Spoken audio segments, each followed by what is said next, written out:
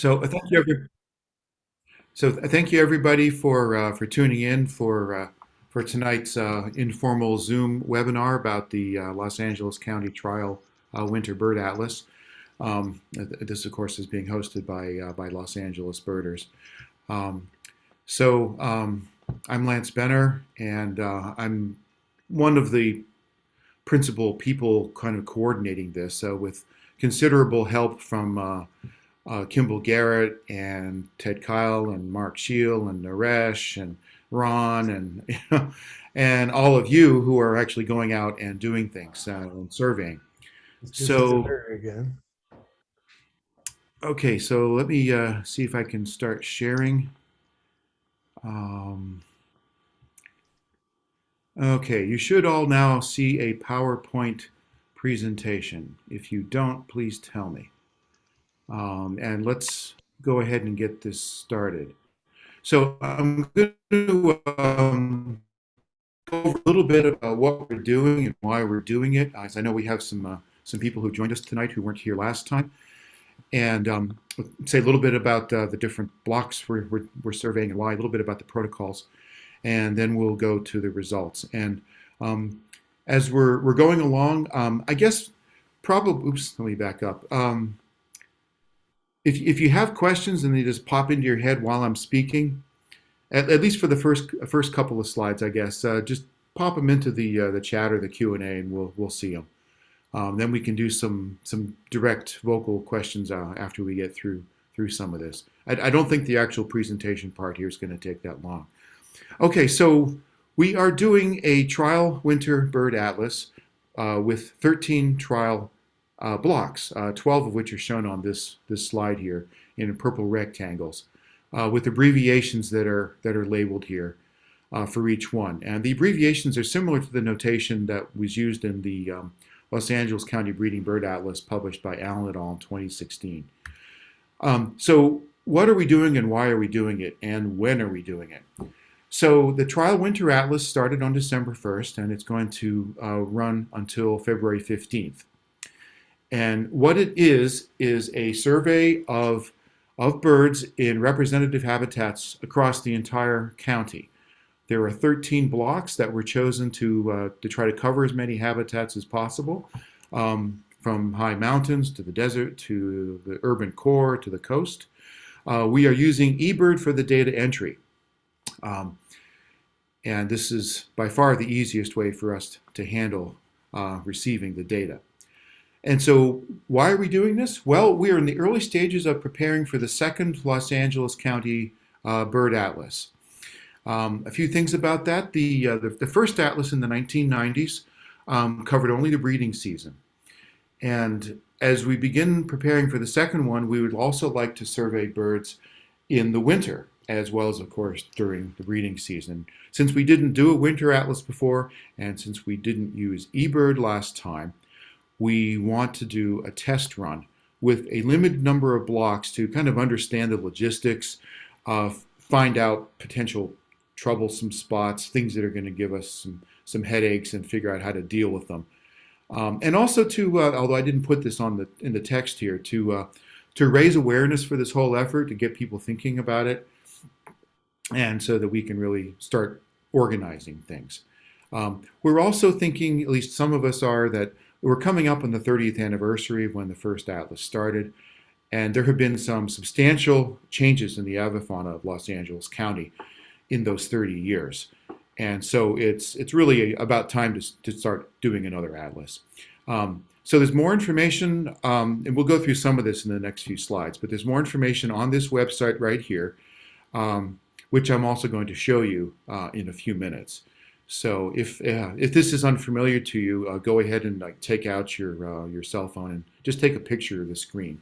And feel free to do that for any part of the presentation tonight. Of course, as we always do with Los Angeles Birders, a recording of this presentation will be posted on YouTube shortly after we finish the talk. And so you can go back and peruse it at your convenience, which you could also do with the organizing Zoom meeting we had on the Trial Atlas about a month ago. So here's a map that shows 12 of the 13 blocks. One of them over here in Point Doom didn't make it onto this map. But so again, they're highlighted with these purple rectangles. There are abbreviations here. The first three letters, LIE in this case, stands for Liebre Mountain. NW means northwest. And so they're scattered around the county. So the way that these blocks were basically delineated was by taking the USGS 7.5 arc-minute topo quadrangles, dividing them into 6 rectangles, and then choosing a small number of total blocks across the county for a test run this winter. If we did the full atlas the way that it was done in the 1990s, there were over 400 blocks using this kind of grid system. So the names of the blocks are shown over here on the right, where the full name of the quadrangle is spelled out, and then NW means it was the northwest corner, CW center west, CE center east, northeast, southwest, and so forth. The notation northwest, center west, and so forth is different from the Ebird atlas by Allen et al. From the 1990s, where a numbering system was used, 1 through 6. Here we're following the convention that's been used for bird atlases that have utilized Ebird in recent years. So since we're hoping to use Ebird for the real atlas when we do it in a few years, we wanted to start adopting that notation. So the 13 atlas blocks were chosen to represent most of the 12 larger regions that were utilized in the first bird atlas in the 1990s. There's one block in San Fernando, one of the original blocks, where there are actually two trial blocks that we're using right now. But for the most part, they cover most of these larger regions from the earlier atlas, representative habitats. And also, and very importantly, also most of them are regions that don't get a lot of attention from birders. There are a couple of exceptions, but the vast majority of them don't receive very many eBird lists. So each of the blocks is about 3.6 by 2.9 miles on a side. These are a very small fraction of the more than 400 blocks from the previous atlas. One of the themes I'm going to keep discussing, and so I'm going to say it right up front here, is that if you're interested in participating with this, which we really would love your help, you need to be very aware of where you are, of your location. And there are a number of ways you can do this. We'll go through some examples of this in a few minutes, but on the Trial Atlas website, we have 2 embedded maps using Google Maps with the blocks outlined. And if you load up that website on your phone when you're out in the field, it will show you where you are relative to those block boundaries. If you have Google Maps installed on your phone, if you have that app installed on your phone, it'll work even better. You don't need to have it installed, but it does help. If you're more technically savvy, you're also welcome to download a Kmz file, which we have on the website, and load that onto your phone in whatever app you prefer, or on a computer, and fiddle with that. We also put PDF versions of maps for each trial block on the website. You can download those to your computer or onto your cell phone and bring them into the field with you. We've discovered that in practice, if you're in a place that doesn't have good cell phone coverage, it's a good idea to have the PDF both on your phone so you can look at it, and a hard copy in case your phone battery quits. Naresh and I found that quite helpful when we were up at Liebre Mountain recently. Most of the blocks have cell phone service, but a couple in the mountains don't, or don't have very much of it. Crystal Lake generally doesn't. Parts of the San Fernando Northeast one near Bear Divide, the coverage there can be spotty. And in Liebre Mountain, some places it's not so great. Again, please pay attention to where you are in the blocks. Some of the hotspots that Ebird has are really close to the block edges. It's probably easiest if you just don't use them and use personal spots instead. And I'll show you some examples of that. They're already giving us some trouble, which we knew was going to happen. Briefly about the protocols, it's really very simple. Just go into the blocks and conduct surveys. We're looking for complete Ebird checklists. Those that, for example, could be stationary, could be a point count, it could be traveling, you could be covering an area. But we're looking for checklists where you attempt to identify everything to the extent that you're able to.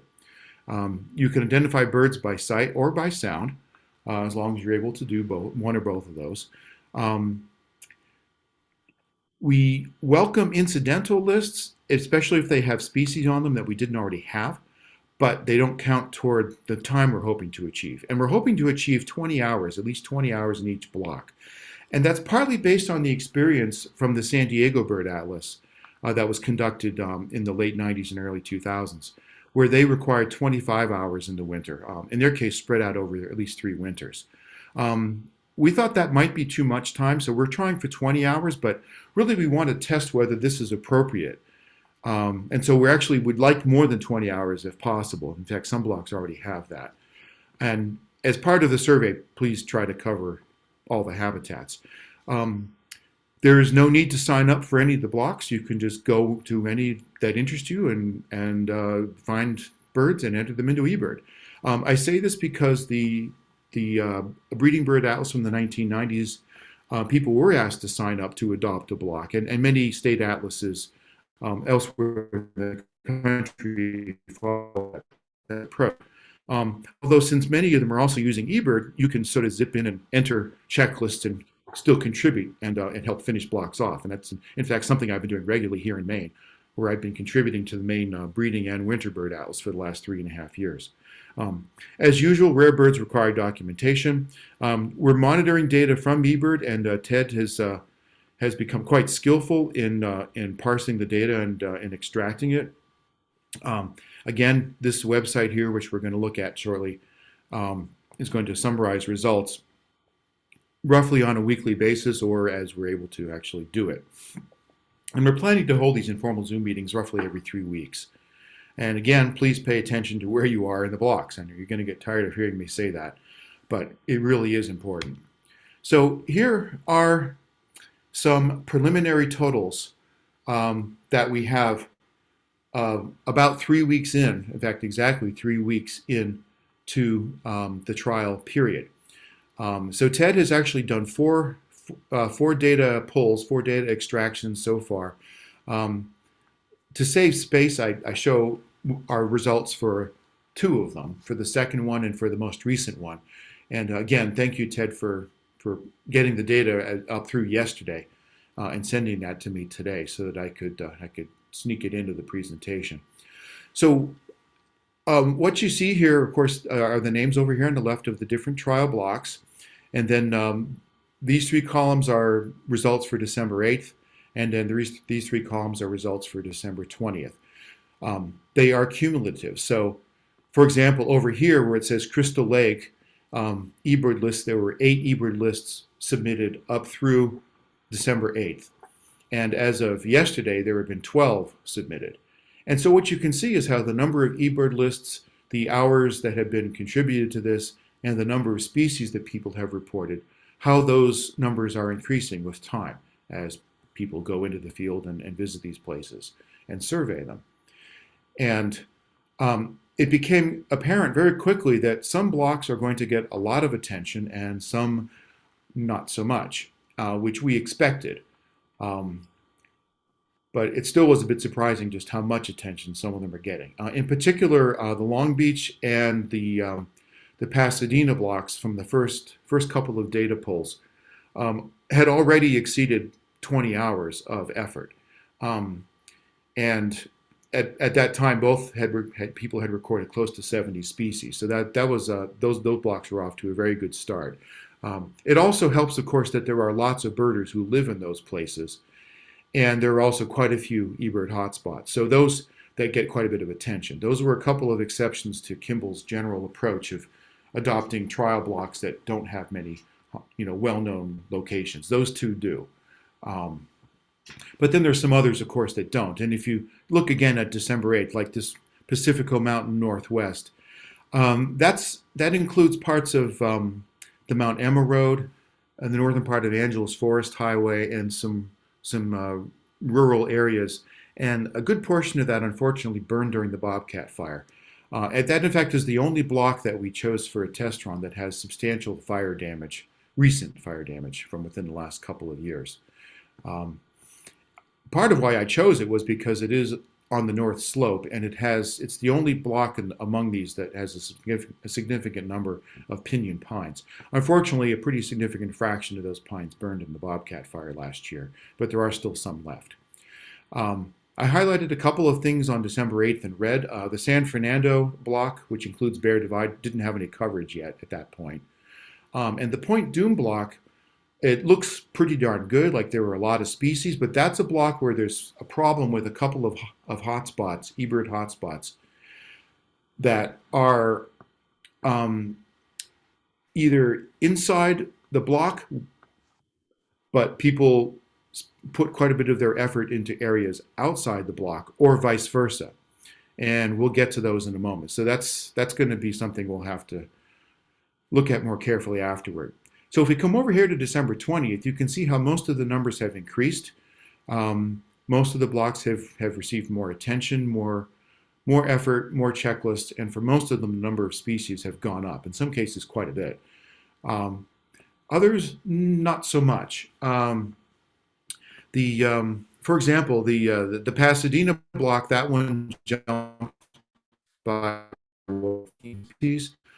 So we clearly haven't maxed out yet on that. Even though close to 70 hours of effort have been expended there, people are still finding new species there.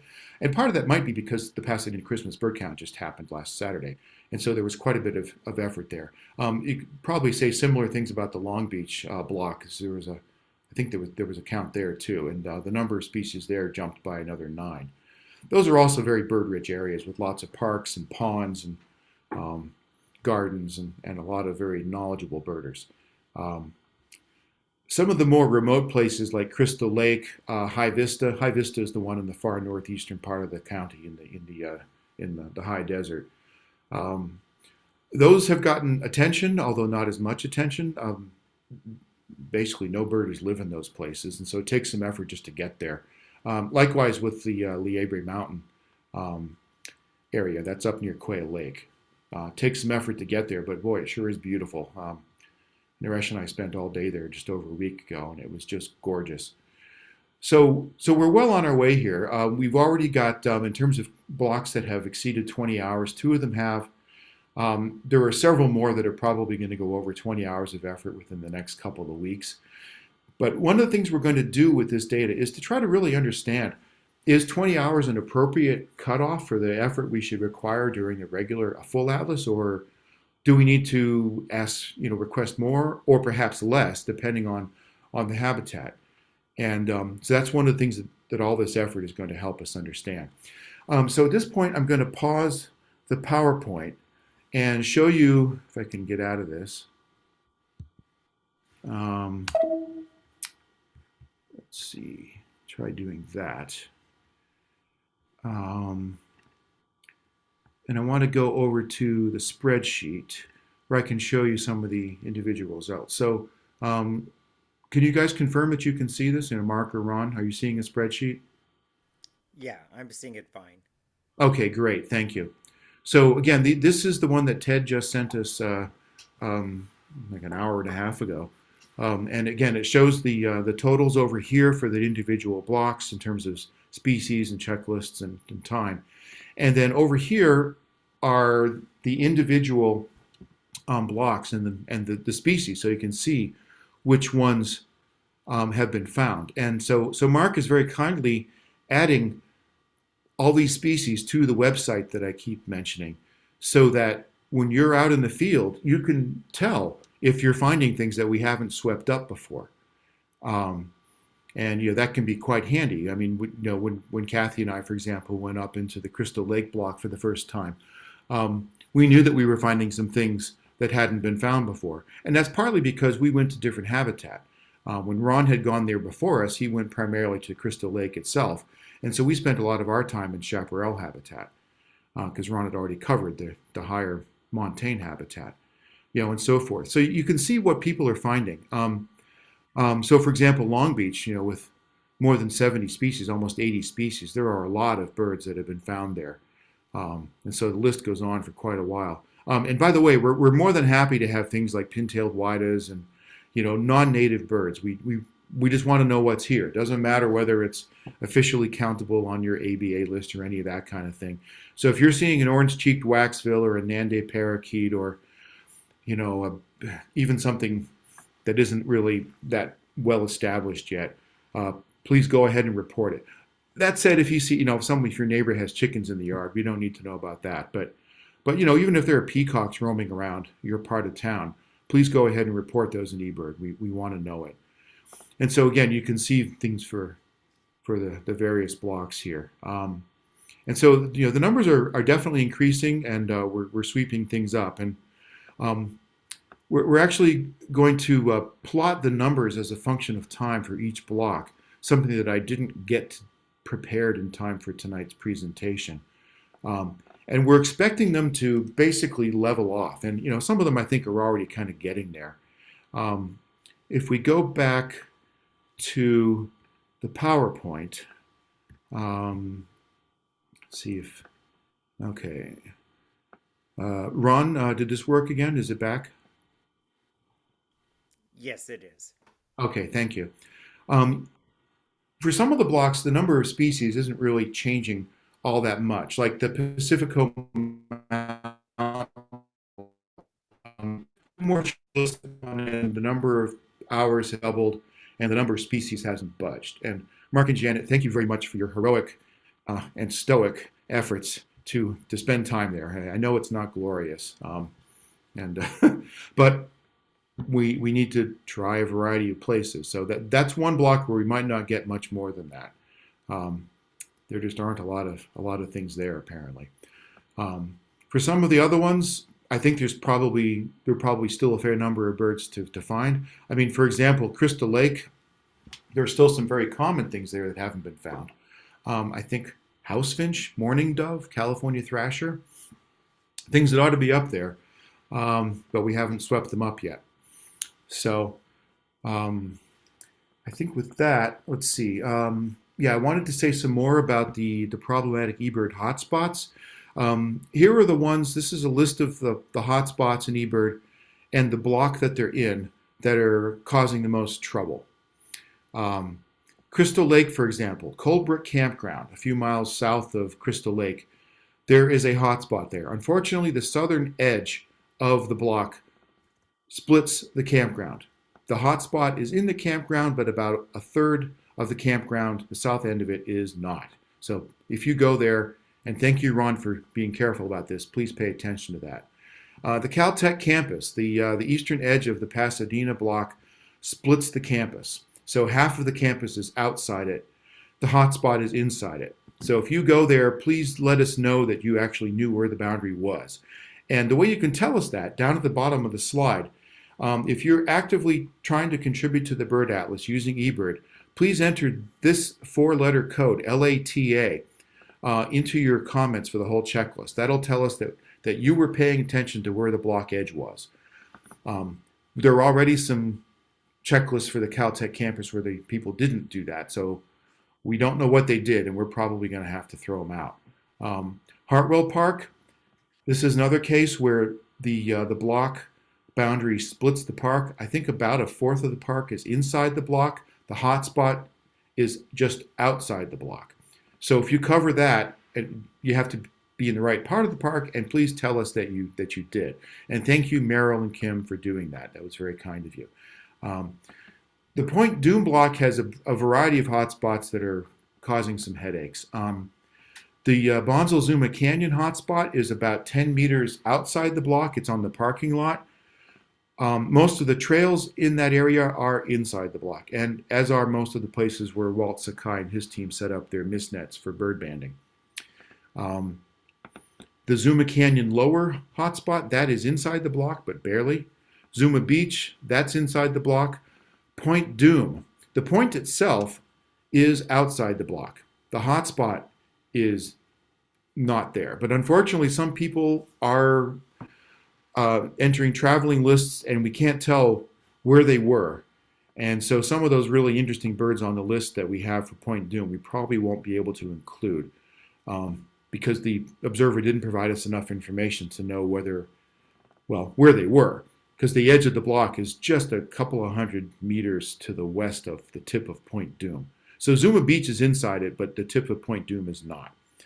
That's just the way it is. We're stuck with it. So again, if you're not sure about the Ebird hotspots, then just don't use them. Just put in a personal spot into Ebird. We're perfectly happy to use those. There's also overlap with a number of the Christmas bird count circles. Some of these, in fact, most of these, I think have already happened. But we did want to just briefly mention that, that some of these, for example, the upcoming Los Angeles count, there's a little sliver near the old Getty Villa Museum, just a little bit east of it, that's inside the Topanga count area. Let's see, I think most of the other ones here are already done. Anyway, so, and this again is the web page for the trial atlas.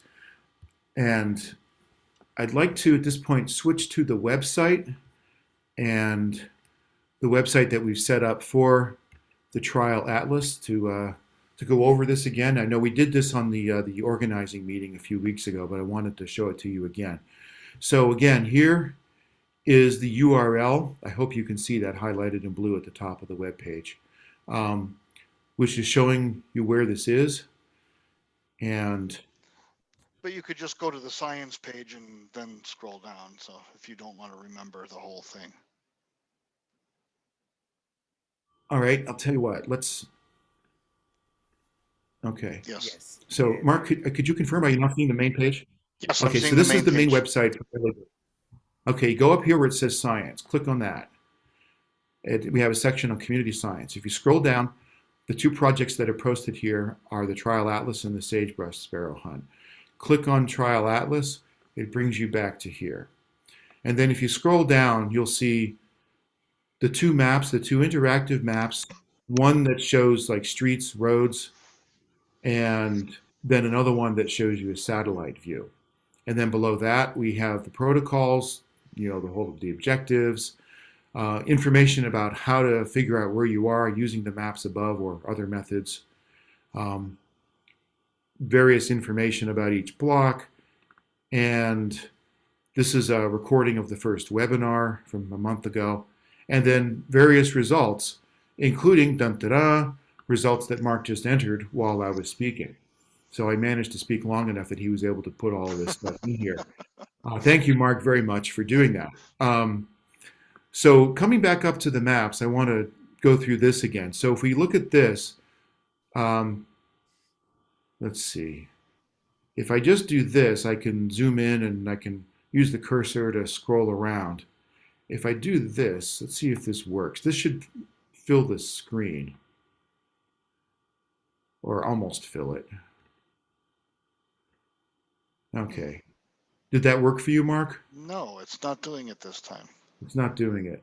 Okay. I don't know why. Okay. It's even better if you do it on your phone, but. Oh, you know why? Because it did a pop-up on my screen. Sorry. That's why. It did a pop-up. Okay, so are we back to just seeing the whole thing? Where I can... Yeah, we were seeing the whole thing the whole time from... Okay. From our Okay, so yeah, the reason why what I just tried to do didn't work is because it created a pop-up on my laptop. I'm using a Mac. That maybe has something to do with it. Okay, well, let's just zoom in here and have a quick look around. So again, just for people who are new, who haven't been involved with this previously. So here's the zoomed in view of the San Dimas block. So again, this is 210, that's 57. Here's Pudding Stone Reservoir, which is part of Benelli Park. This is one of these places where you need to watch the block boundaries because the eastern edge of the boundary goes right across the top of the dam. And so that means that the various hotspots that are in Benelli around the lake, they're all outside the Atlas block. There are, however, some hotspots that are shown here with the blue markers that are inside it. Like there's this one here at Walnut Creek Trail. Somebody put one in this park here. There's one on the South Hills Park. There's one over here in the cemetery. A cemetery, by the way, is a place where there sometimes are mute swans and where there are usually vermilion flycatchers. And again, Mark and Janet, thank you for spending time there. The hotspot marker is just barely inside the block. So again, the block is to the right, but about 2/3 of the cemetery is outside it. So if you see a vermilion flycatcher there, please be careful to note where it was relative to this edge, um, and so forth. And we can scroll around and look at others, but basically, I just wanted to show people this, so in case you hadn't looked at it yet. In fact, let's go over to the one on Point Doom so you can see what I was saying. Um, so the hotspots that are shown here are the ones that are inside the block. So that's the one at Zuma Beach. This is one at Zuma Canyon Lower. Point Doom, the tip of Point Doom right here, which is a really great place for sea watching, is actually not inside the block. But this beach, part of the beach is. In addition, if you went hiking in Zuma Canyon, the parking lot is right here. And so is the Ebird Hot Spot. And unfortunately, it's, as I say, about 30 feet outside the block. And so a lot of the trails that are up in here are in the block, but the hotspot is not. So if you want to enter birds up in here, just use a personal spot, please. Because if you use the Ebird hotspot, we won't see it because it'll be put outside the block. So I think with that I'll stop. And let's see. I see some comments in the chat. I don't know, Mark. Could you help me out with those? And I think Sure. I guess I'll just leave the screen right here for now. Well, Lance, I had a question for you. Sure. Okay, you were breaking up there a little bit. When you say that if we use a hotspot outside of the block, just make sure everyone understands. Outside the block, you won't see it, which means that you're only getting information from hotspots inside the blocks, correct? And personal spots inside the blocks. Yes. Right. Right. So that Zuma Canyon one. So again, if you go to Zuma Canyon and find a bunch of birds and use that hotspot, it will not contribute to the bird atlas because the hotspot is not inside the block. Yeah, and if you get confused, there's somewhere underneath where Lance is pointing on the website, there's a short explanation of what you should do. You can do this. Do for the map, but there's also I think there may be a few examples of what you should do if your hotspot is just barely inside the block and what just barely outside the block. Yeah, I think to keep it simple, just use a personal spot. Yeah. That's fine. I know as I mentioned before, I'm here in Maine for the holidays, and for the atlasing that they're doing here, both winter atlasing and breeding bird atlasing, they're asking people to ignore the hot spots because they've caused so much trouble. So they're just saying just use personal spots. Oh, interesting. It's easier for them to handle. Lance, Okay, just ignore them altogether. Yeah, because they're doing okay. Yeah, that's what they're doing here. Okay. do you have a recommendation? Because many of them are perfectly fine. It's just some of them are fine. Like the one at Crystal Lake, that's fine. But the one at Coldbrook Campground, just a few miles to the south, is problematic because the boundary goes right through the campground. Lance, do you have a recommendation as to the name of a personal hotspot or simply coordinates or? Well, if you use a phone, I think it will choose one for you, right? It generally chooses a very large, one that has the GPS coordinates and some name, and it's this really long string. So a couple of other thoughts. If you're out there with somebody else, please share your checklists. Don't enter separate checklists if you're birding together, because if you enter separate ones, it'll skew the results. So if there are two people out and they go birding for an hour, it's 1 hour of effort, not 2 hours, 1 hour. So please share your eBird lists. So one question that Kathy asks is, do you want evidence of breeding entered now? For example, Anna's hummingbirds. Why not? Please go right ahead. I mean, this isn't a breeding bird atlas, but sure, that's valuable information at any time. Good question. Other questions? Travis, go ahead. Yeah, hi everybody. And so I'm president of LA Audubon at the moment, and excited to hear about the effort and eager to coordinate with you all as the 30th, believe it or not, anniversary of the first fieldwork starts creeping up on us. Um, Excited to let people know about this, especially maybe directing our membership toward the the block that's in our territory.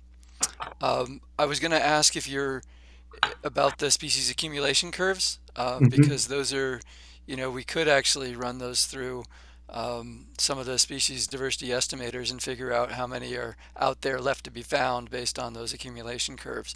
I forget the names of them, the Chow estimator, things like that, but that could be done if people want to get fancy. Um, and Yeah, so I just excited to see what's going on, and gonna try to get this out, get the word out to folks. Thank you. Thank you very much. Yeah, we realized we rolled it out rather abruptly. Um, it, as you can see, though, with only 13 blocks, it's not a massive amount of effort, and it's not remotely the same as doing a full atlas, where there would be a much Right. more pronounced buildup, and where we would, and we anticipate that, as happened 30 years ago, that there would be presentations to Audubon chapters, and now that there's a listserv, which 30 years ago there wasn't. A lot more could be done that way, as well as on other forms of media like Yeah. Facebook and WhatsApp and who knows what else. So larger, full court press in terms of getting the word out there. But doing this is actually starting to serve that purpose. Perhaps not, and it's perhaps in a somewhat cumbersome way initially, but it's starting to get the word out. Um, so um, so great, yeah. I mean, we're glad that you're here. And thank you for offering to promote this in the LA Audubon newsletter. Um, that would be great. Were there other comments or questions? Kim Moore has a question.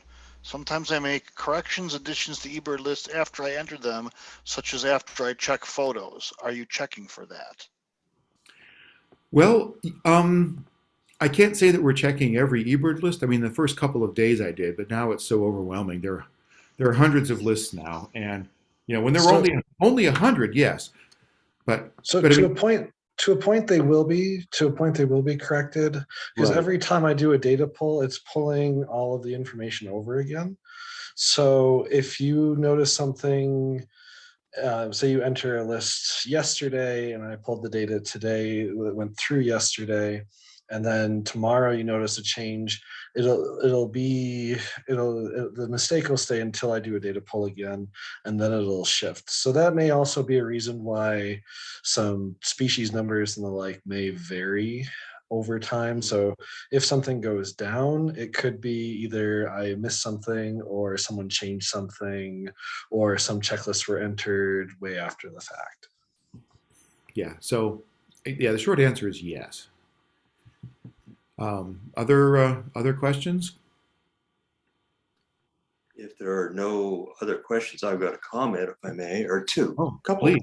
three. One regarding, especially the point doom that you really puts a lot of emphasis on, Lance.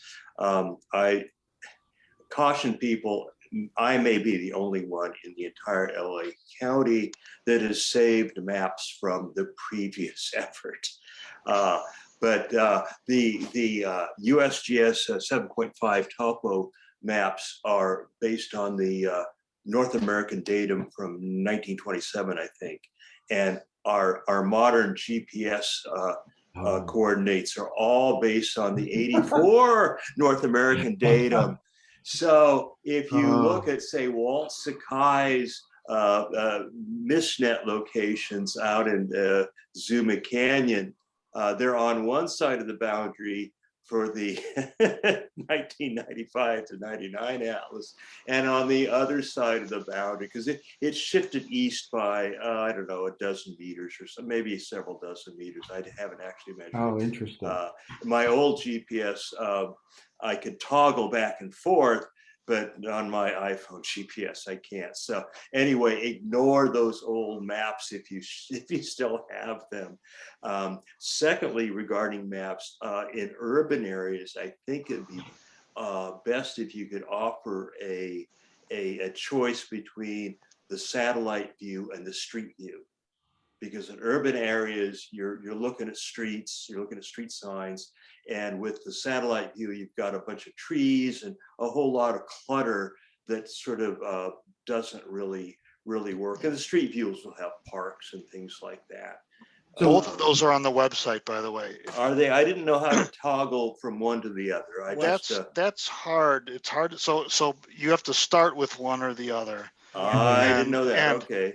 And the toggling, unfortunately, that's up to whatever Google allows or whatever app you're in. And so as soon as you get into that, we no longer have control, or I no longer have control over it. Okay. Yeah, I will experiment, but I didn't know that. Thanks for that. Yeah, and to follow up on that, if you, for example, use the Google Terrain View a lot, right now I don't think that the options on the website can handle that. They just do the map or the satellite. If you have Google Maps on your phone, maybe it's different. I'm not sure. Yeah, one thing we can do is I can put a share link. I've created a Google map that I can just put a share link I can send to Mark to put on the website. So then you don't have to deal with going through the phone. You can just accept the shared Google map and it'll load it directly into any device that you have Google Maps on. And that tends to be how I navigate through things. Right, but I think that isn't that the same as what happens if you click on that little thing in the upper right and then you say open in app? It should be, yes, but it may just be a more direct way to get there. Right. Anyway, so Larry, you had more comments. I think I do. Let's see. I'm making a few notes here. Okay, with the going back to the 20 hours of effort and also Travis' comment, I think you really do need to do an accumulation curve to adjust the hour requirements. I did a very, very coarse thing like that during the Atlas project up in the far northeastern desert portion of the counties. And I did, I think, 4 blocks and I spent 6 hours, and another 4 blocks where I spent, I think, double that, almost 12 hours average, at least 10 and a half hours average. And notice how the birds just fell off dramatically, and the added hours just did not produce any new species, any new detections. I assume I got a few more confirmations, but it's especially in a winter bird atlas where you're not worrying about confirmation. I think you don't want to waste time on blocks that you're not going to find much new. And by the way, I want to commend Kathy for a suggestion that we all should always put in breeding evidence in our Ebird checklist, no matter what time of year. She's perfectly right. Anna's hummingbirds and also Alan's hummingbirds are breeding right now.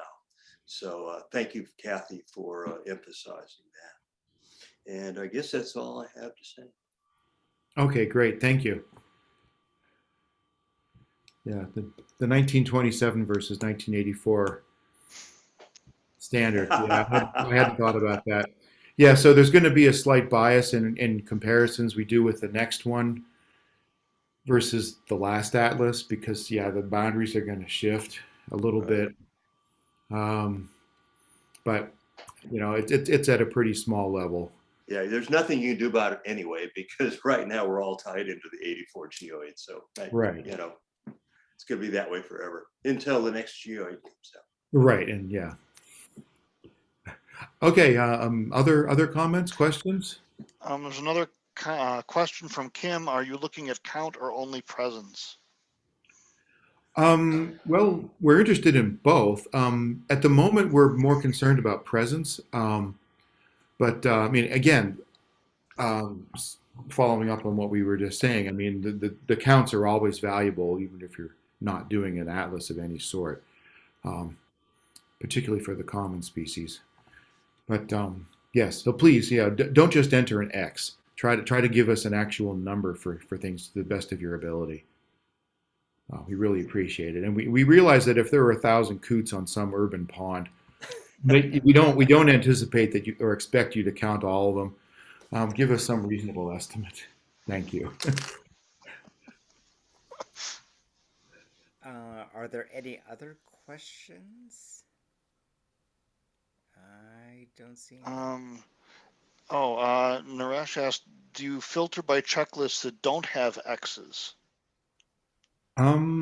Ted, have you dealt with that? We haven't really talked about that yet. No, I haven't.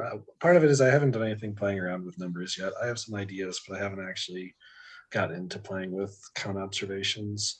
So at the moment, for what I've been doing, it's just been presence absence for species tallies. Okay. And kind of on a similar bent, I haven't been including slashes of spuds that haven't been included yet.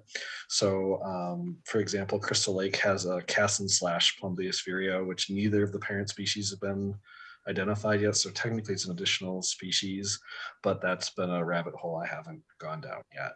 Yeah, and then what about sagebrush slash bell sparrow? Most of those have also had bell sparrow, so it's not a fair addition. Mm-hmm. But there are a few. It's only that I've noticed. It's only been, I think, like 4. It's 2 for Crystal Lake and 1 or 2 for Long Beach. I think it's not been very many. Yeah. Okay. Well, that's good. What about tracking subspecies? Like the different fox sparrows, or So like let's say we were at Crystal Lake and we got a bell-eyed Juncos. bell sparrows or juncos. Yeah. So all of that information gets entered in, assuming the observers enter it into subspecies. At the moment, since I've just been looking at species, I've been condensing everything typically down to the parent species. But sometimes I won't always nix it. If the only Junco entry that's put in is Junco is Oregon Junco, then sometimes I'll leave it as Oregon Junco if I don't catch it. Okay. I really like subspecies, especially when people are actually identifying subspecies and not just entering things in because it's the expected subspecies, which is this awful circular logic. That if you can identify the subspecies and you're confident, please put in subspecies. Yeah, I know. There's interest in the fox sparrows, which is why I mentioned it. There's been a visiting birder in the county in the last few days who follows the IOC convention, and they've split the slate-colored fox sparrow into a separate species. So he was rather keen on finding one of those. That's something that's been proposed, with the American Ornithological Society as well. Although I don't know if that's currently being proposed, but it certainly has been considered previously. Okay, Lily, I see your question. Please go ahead and bird Pasadena. I mean, if you can get to other places where there are fewer checklists, that would be more helpful, I think, as Pasadena's already got a lot of coverage. On the other hand, I think it's also clear that the number of species in Pasadena is still increasing. People are still finding new things. So if that's where you live and if that's the easiest place for you to visit, then sure, we'd love to have your contributions. And also, Lance, wouldn't that be helpful to know to help you judge where that cutoff is, where Mount Everett no longer is? Yeah, I think Pasadena, though, I think we're likely to get that just because, well, I mean, a bunch of us live there, and there are some pretty popular hotspots. The lower Arroyo Seco has been very popular recently, I think partly because there have been Lewis's woodpeckers there. And a lot of people have been going to see them. But it's also just a very popular place. There's just good things there. And so it's getting a lot of attention. But there are other little parks around Pasadena that don't get very much attention, or residential neighborhoods. And I think there's still some parrots and parakeets that occur there that we haven't found yet. Sounds great. Anything else? Any other questions? Kathy has another question. Eventually, with the bird atlas, will we be required to enter breeding info? At that point, we would be able to show dates for breeding versus presence. Or am I not understanding what the purpose of a winter atlas versus a breeding atlas? Is that part of the goal of doing both winter birds and breeding birds? Yeah. We're going to be using the breeding codes for the full breeding atlas later on. And, of course, they're already there in Ebird. They're basically very similar to what was used in the atlas from 30 years ago in terms of the type of evidence required. I'm not sure that they exactly align, I don't know, perhaps No, they don't. they don't. They're close enough. Yeah, and they're the convention that's being used across the country in other atlases. Um, Yeah, no reason not to use so yeah, let's see, what else did you ask? Um, yeah, so with the breeding bird atlas, in terms of requiring, to answer your question directly, yes. For example, with the efforts I've been putting into the breeding bird atlas here in Maine, if you don't enter some kind of breeding code, it doesn't count. Um, if you just simply forget or aren't aware that there's even an atlas happening, then it won't count. But if you enter something like, oh, it was, a bird singing for 7 or more days, because you were there, twice in more than a week, then yes, yeah, we definitely have to enter that. So that's for the breeding part of the atlas, and that is something that we will be doing when we get the full atlas going later on. The winter atlas is a lot easier, and that's another reason why we're doing a test run on that first. In addition to the reasons that I mentioned earlier, it's just not nearly as complicated. Right, and also I guess for the winter atlas, you could have contributions for a whole bunch of people that don't even realize that there's an atlas going on. They just stick in Ebird Yeah, checklists. yeah, and there are some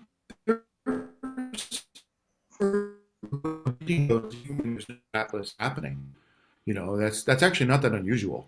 You see that around the country. Some people just do that. Now, then of course you get into complications regarding whether they're doing it correctly. Um, for example, here in Maine last week, I saw an eBird list where someone was entering breeding codes for things like chickadees and nuthatches, and it's like, guys, they aren't doing that right now. Um, a great horned owl, yeah, that could be possible, but most things, no. So yeah, that getting the breeding codes correct is complicated. It's really complicated, and that's something that we'll deal with in the future. We're not wrestling with that now. Having said that, though, if you do find evidence of that you think constitutes breeding and you have questions about it, this winter, go ahead and contact us. If you think you've got an Anna's hummingbird nesting or a great horned owl or something else, I don't know, maybe a scaly-breasted munia or something, and you have questions about it, we'd be glad to help you with it.